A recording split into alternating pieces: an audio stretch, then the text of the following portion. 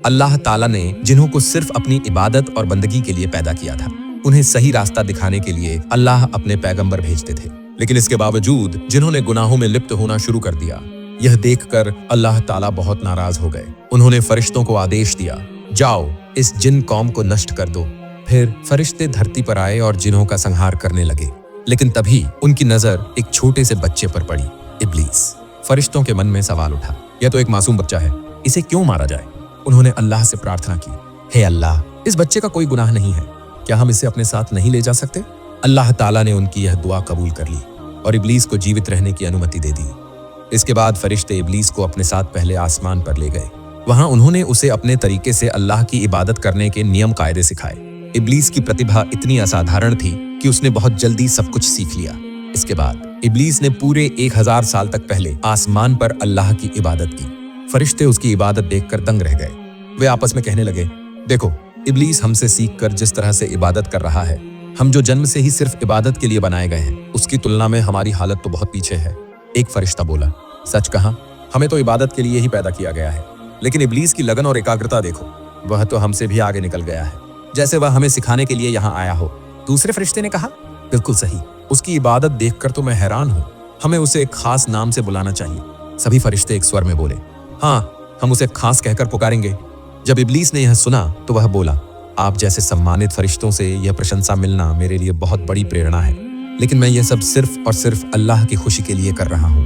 1000 साल पहले आसमान पर इबादत करने के बाद फरिश्ते उसे लेकर दूसरे आसमान पर चले गए। जैसे ही इब्लीस वहां पहुंचा, वह पहले से भी ज्यादा इबादत में डूब गया। फरिश्तों ने एक दूसरे से कहा, देखो, इब्लीस कितनी गजब की लगन के साथ इबादत कर रहा है, इसकी एकाग्रता तो हमारे बीच भी दुर्लभ है। लगता है जैसे इबादत का एक नया स्तर बना दिया हो इसने। अब तो हमारी इबादत भी इसके सामने बहुत कम लगने लगी है, हमने पहले कभी ऐसी निष्ठा नहीं देखी। फरिश्ते उसकी इबादत देखकर प्रभावित हो गए और सोचने लगे कि हमें भी इससे बहुत कुछ सीखना चाहिए। फिर एक फरिश्ता बोला, हमने पहले आसमान के फरिश्तों से सुना था कि वे इसे खास कहते हैं, लेकिन अब मुझे लगता है कि इसे और भी बड़ा नाम दिया जाना चाहिए। तभी दूसरे फरिश्ते ने कहा, हाँ, तुम सही कह रहे हो, मैं सोचता हूँ कि हम इसे आबिद कह सकते हैं। यह नाम इसकी इबादत की ऊंची मर्यादा को पूरी तरह प्रकट करेगा। सभी फरिश्तों ने सहमति जताई और बोले, हाँ, आबिद इसका सच्चा हकदार है। अब इब्लीस चौथे आसमान पर पहुंचा। फरिश्तों ने अल्लाह की इजाजत ली और उसे चौथे आसमान पर ले गए। यहाँ पहुंचकर इब्लीस ने और भी गहरी एकाग्रता के साथ 1000 वर्षों तक इबादत की। फरिश्ते उसकी इबादत देखकर इतने प्रभावित हुए कि उन्होंने उसका नाम सालेह रख दिया। इब्लीस हर आसमान पर चढ़ता गया, हर आसमान पर 1000 साल तक इबादत करता रहा। इससे पूरे फरिश्ता लोक में उसकी प्रशंसा गूंजने लगी। एक एक कर फरिश्ते उसे 7वें आसमान तक ले गए। अब जिस इब्लीस ने कभी फरिश्तों से इबादत करने के तरीके सीखे थे, वही अब उनसे कहीं ज्यादा ज्ञान रखता था। उसकी इबादत भी इतनी बढ़ चुकी थी कि फरिश्तों की इबादत उसके सामने छोटी पड़ गई। पूरी कायनात में इब्लीस की इबादत थी। 7 आसमान और जमीन में कोई ऐसी जगह नहीं बची थी जहां इब्लीस ने सजदा न किया हो। फरिश्ते उसकी इबादत देखकर पूरी तरह मोहित हो गए। अब उन्होंने महसूस किया, जिसे हमने सिखाया, अब वही हमें सिखाने के काबिल हो चुका है। फरिश्तों ने अल्लाह से एक विनती की। वे सभी अल्लाह के दरबार में अर्ज करने लगे, हे हमारे परवरदिगार, अगर तू अपने प्रिय इब्लीस को अपने अर्शे अजीम महान सिंहासन के पास बुला ले, तो हम उससे बहुत कीमती उपदेश सुन सकते हैं और उससे बहुत कुछ सीख सकते हैं, क्योंकि अब वह हमसे कहीं ज्यादा ज्ञान अर्जित कर चुका है। अल्लाह ताला ने फरिश्तों की यह दुआ कबूल कर ली। उन्होंने इब्लीस को अर्श-ए मुअल्ला महान सिंहासन के पास बुला लिया। अर्श-ए मुअल्ला के पास एक ऊंचा मिंबर था जो याकूत, एक कीमती पत्थर से बना था। अब इब्लीस की इबादत और भी ऊंचे दर्जे पर पहुंच गई। वह वहां बैठकर अल्लाह की इबादत में डूब गया। सिर्फ इतना ही नहीं, अब वह फरिश्तों को वाज नसीहत, उपदेश भी देने लगा। फरिश्ते उसकी नसीहत से इतने प्रभावित हुए कि वे हर जगह उसकी तारीफ करने लगे। धीरे धीरे इब्लीस मलाइका, फरिश्तों का शिक्षक के नाम से मशहूर हो गया। उधर जिन्हों की दुनिया में फिर से बुराई फैलने लगी। जब अल्लाह ने फरिश्तों को जिन्हों को नष्ट करने का हुक्म दिया था, तब कुछ जिन पहाड़ों, जंगलों और गुफाओं में छिपकर बच गए थे। समय के साथ उनकी संख्या फिर से बढ़ने लगी और जमीन फिर जिन्हों से भर गई। लेकिन अब उन्हें सही राह दिखाने वाला कोई नहीं था, जिसकी वजह से वे दोबारा गुनाहों में डूब गए। अब अल्लाह ताला ने इब्लीस को एक बड़ा हुक्म दिया। अल्लाह ने फरमाया, हे इब्लीस, मैं तेरी इबादत और तेरी वफादारी से बहुत खुश हूँ। अब मैं तुझे हुक्म देता हूं कि तू जमीन पर जा और अपने जिन भाइयों को सच्चाई की राह दिखा। इब्लीस ने अल्लाह से एक खास दुआ मांगी, हे मेरे परवरदिगार, मैं आपके इस हुक्म को जरूर पूरा करूंगा, लेकिन मेरी एक छोटी सी गुजारिश है। मुझे इतनी ताकत दे दीजिए कि मैं दिन भर जमीन पर जाकर जिन्हों को हिदायत दे सकूं और शाम को फिर आपके अर्शे मोअल्ला के पास लौट आकर रात भर आपकी इबादत कर सकूं, साथ ही फरिश्तों को भी नसीहत दे सकूं। अल्लाह ताला ने इब्लीस की यह दुआ भी कबूल कर ली। अब इब्लीस बहुत खुश हुआ और उत्साह से भरा हुआ जमीन पर आ गया। उसने जिन्हों को सही रास्ता दिखाने के काम में खुद को पूरी तरह झोंक दिया। लेकिन कई सालों की कोशिशों के बाद भी कुछ जिन्हों को छोड़कर ज्यादातर जिन उसकी बात मानने को तैयार नहीं थे। वे इब्लीस की खुलकर मुखालफत करने लगे। इब्लीस निराश हो गया। उसने फिर अल्लाह से गुजारिश की, हे मेरे परवरदिगार, मुझे इतनी ताकत दे दीजिए कि मैं इन नाफरमान जिन्हों का पूरी तरह से सफाया कर सकूं। अल्लाह ने उसकी दुआ कबूल कर ली। अल्लाह ने आसमान से असंख्य फरिश्तों को धरती पर भेज दिया। इब्लीस के वफादार जिन भी फरिश्तों के साथ मिल गए। अब फरिश्तों और इब्लीस की फौज ने हमला कर दिया। कुछ जिन तौबा करके सही राह पर आ गए, लेकिन बाकी गुनहगार जिन मारे गए। इसके बाद इब्लीस ने दुनियावी जिम्मेदारियों से रिटायरमेंट ले ली और पूरी तरह अल्लाह की इबादत में डूब गया। उसकी इबादत इतनी ज्यादा थी कि आसमान, जमीन और अर्श का कोई भी कोना ऐसा नहीं बचा था जहां इब्लीस ने हजारों बार सजदा न किया हो। फिर एक दिन इब्लीस ने अल्लाह से एक और बड़ी दुआ मांगी, हे मेरे मालिक, आपकी रहमत से मैं एक मामूली जगह से उठकर इतने ऊंचे मुकाम तक पहुंचा हूं। अब मेरी दिली ख्वाहिश है कि मैं आपकी पवित्र लौह-ए महफूज को देख सकूं, जहां इस दुनिया की हर घटना और उसका अंजाम लिखा हुआ है। अगर आप मुझे यह मौका दें तो मेरी जिंदगी मुकम्मल हो जाएगी। अल्लाह ताला ने उसकी यह दुआ भी कबूल कर ली। उन्होंने फरिश्तों को हुक्म दिया, इब्लीस को लौह महफूज के पास ले जाओ। हजरत मीखाइल उसे वहां ले गए। अब इब्लीस ने लौह महफूज को गौर से देखना शुरू किया। उसकी नजर एक एक छुपे हुए हर्फ पर पड़ रही थी। अचानक उसकी नजर एक खास लिखावट पर पड़ी। एक बंदा 6 लाख साल तक अपने रब की इबादत करेगा, लेकिन एक दिन वह अल्लाह के एक हुक्म को ठुकरा देगा, जिसके बाद उसे जन्नत से निकाल दिया जाएगा और आसमान और जमीन में उसे हमेशा के लिए मलून, अभिशप्त करार दिया जाएगा। यह देखकर इब्लीस सिहर उठा। उसके पैरों तले जमीन खिसक गई। वह धीरे धीरे चलने लगा, फिर अचानक सजदे में गिर पड़ा और पूरे 6000 साल तक सजदे में ही पड़ा रहा। लेकिन जब इब्लीस ने सजदे से सिर उठाया तो उसने देखा कि जिस जगह उसने सजदा किया था वहां एक इबारत लिखी थी, लानतुल्लाहि अला इब्लीस, अर्थात इब्लीस पर अल्लाह की लानत बरसे।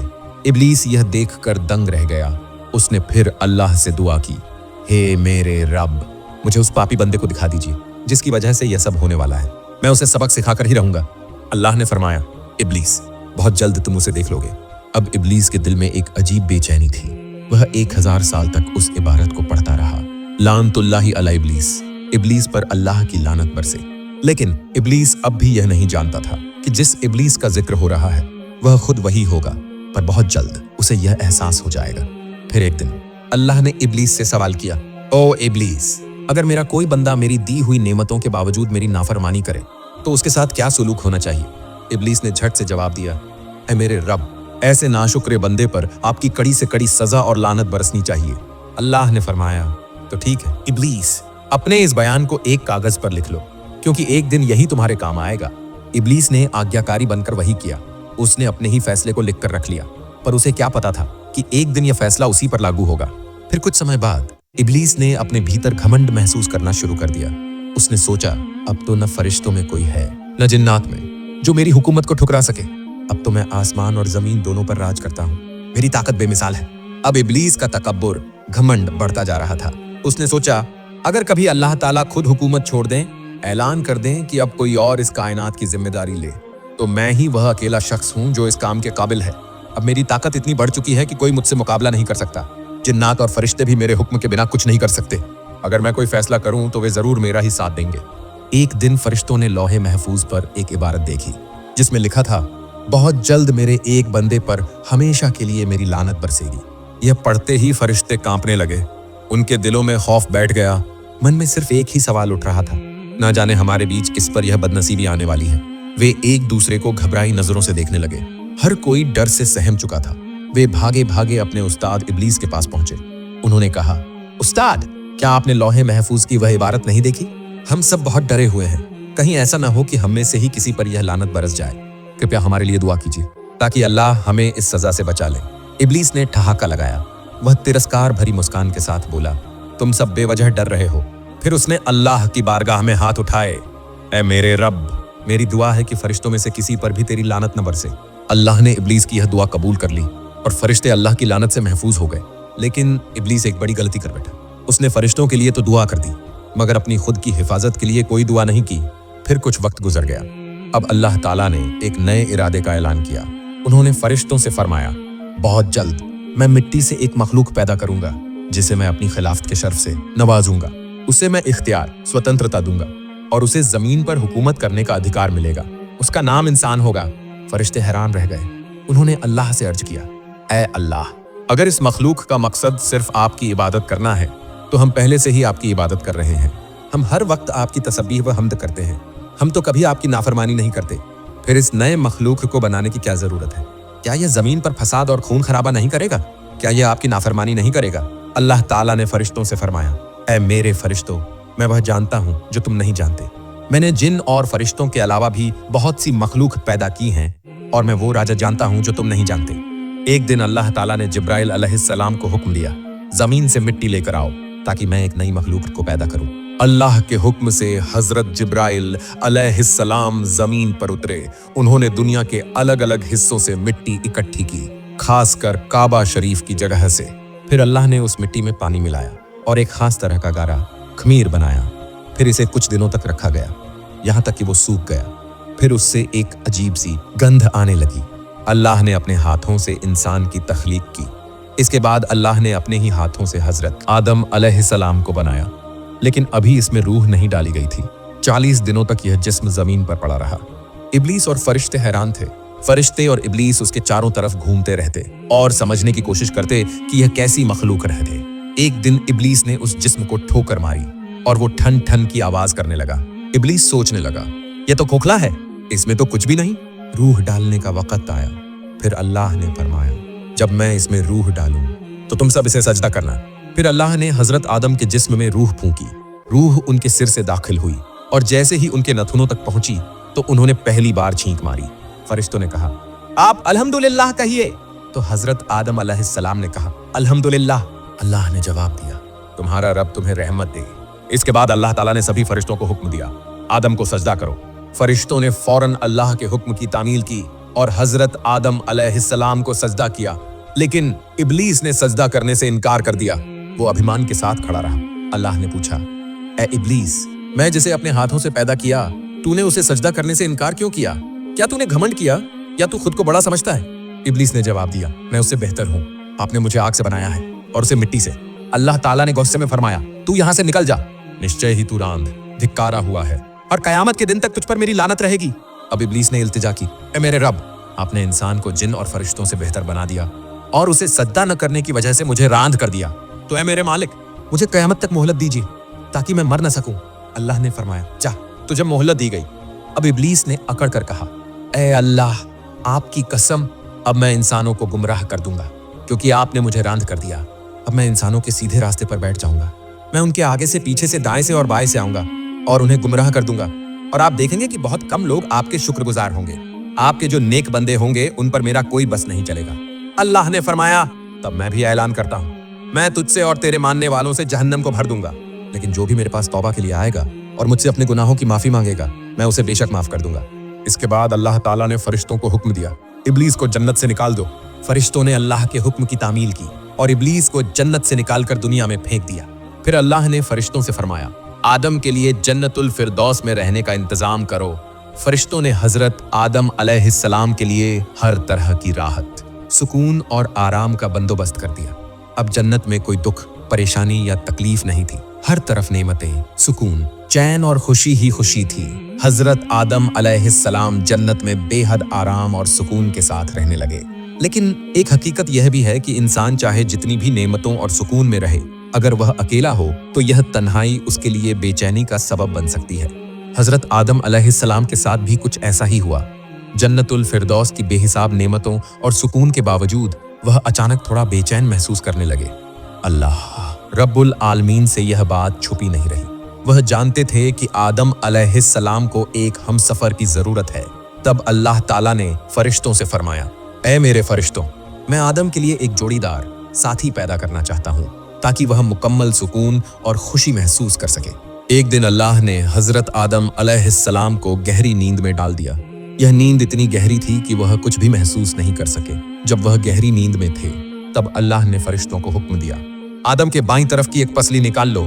फरिश्तों ने अल्लाह के हुक्म की तामील की और आदम अलैहिस्सलाम की बाईं पसली निकालकर अल्लाह के सामने पेश कर दी। अब अल्लाह ताला ने उसी पसली से एक हसीन और नाजुक हूर जैसी औरत को पैदा किया। फिर उसे जन्नत के बेहतरीन लिबास से सजा दिया। उसका नाम रखा गया हव्वा, क्योंकि अल्लाह ने उसे एक जिंदा इंसान हजरत आदम की पसली से पैदा किया था। इसके बाद अल्लाह ने हजरत हव्वा को हजरत आदम के पास बैठा दिया। फिर कुछ देर बाद अल्लाह ताला ने हजरत आदम अलैहिस्सलाम की नींद खोल दी। हजरत आदम अलैहिस्सलाम जब गहरी नींद से जागे तो उन्होंने अपने पास एक बेहद खूबसूरत औरत को बैठे हुए पाया। उन्होंने सोचा, यह हसीन औरत कौन है? मैंने पहले कभी ऐसी किसी औरत को नहीं देखा। तभी अल्लाह रब्बुल आलमीन ने फरमाया, ए आदम, मैंने तुम्हारी तन्हाई दूर करने के लिए तुम्हारे लिए एक जोड़ीदार पैदा की है। वह तुम्हारी हमसफर होगी, तुम्हारे सुख दुख की साथी होगी। अल्लाह ताला ने इंसानों के अंदर औरतों के लिए एक फितरी प्राकृतिक मोहब्बत रखी है। इसी वजह से हजरत आदम अलैहिस्सलाम भी हजरत हव्वा की तरफ खींचने लगे। उन्होंने बढ़कर हजरत हव्वा को छूना चाहा, लेकिन उसी वक्त अल्लाह की सख्त तंबीह चेतावनी आई, ए आदम, रुको, निकाह से पहले तुम उसे हाथ नहीं लगा सकते, यह तुम्हारे लिए जायज नहीं है। अल्लाह का हुक्म सुनकर हजरत आदम अलैहिस्सलाम बोले, ए मेरे रब, तो फिर मेरा और हव्वा का निकाह करवा दीजिए। इसके बाद अल्लाह रब्बुल आलमीन ने खुद हजरत आदम और हजरत हव्वा का निकाह पढ़ाया। यह दुनिया की सबसे पहली शादी थी जिसका गवाह आसमान और जमीन के सारे फरिश्ते बने। निकाह का खुतबा खुद अल्लाह ने दिया, जिसमें उन्होंने अपनी कुदरत और सृष्टि के राज को बयान किया। निकाह के बाद हजरत आदम अलैहिस्सलाम फिर से हजरत हव्वा की तरफ बढ़े, लेकिन तभी फिर अल्लाह का हुक्म आया, ए आदम, पहले तुम हव्वा का मेहर अदा करो। मेहर अदा करने से पहले वह तुम्हारे लिए हलाल नहीं होगी। यह सुनकर हजरत आदम अलैहिस्सलाम ने फरमाया, ए मेरे रब, यह सारी कायनात आपकी मिल्कियत है, मेरे पास तो कुछ भी नहीं, मैं मेहर कैसे अदा करूं? इसके आगे क्या हुआ? शैतान ने किस तरह हजरत आदम और हव्वा को धोखा दिया, कैसे उन्हें जन्नत से निकाला गया, इसकी पूरी कहानी जानने के लिए चैनल को सब्सक्राइब करें ताकि आपसे कोई किस्सा मिस न हो। अस्सलामु अलैकुम व रहमतुल्लाह।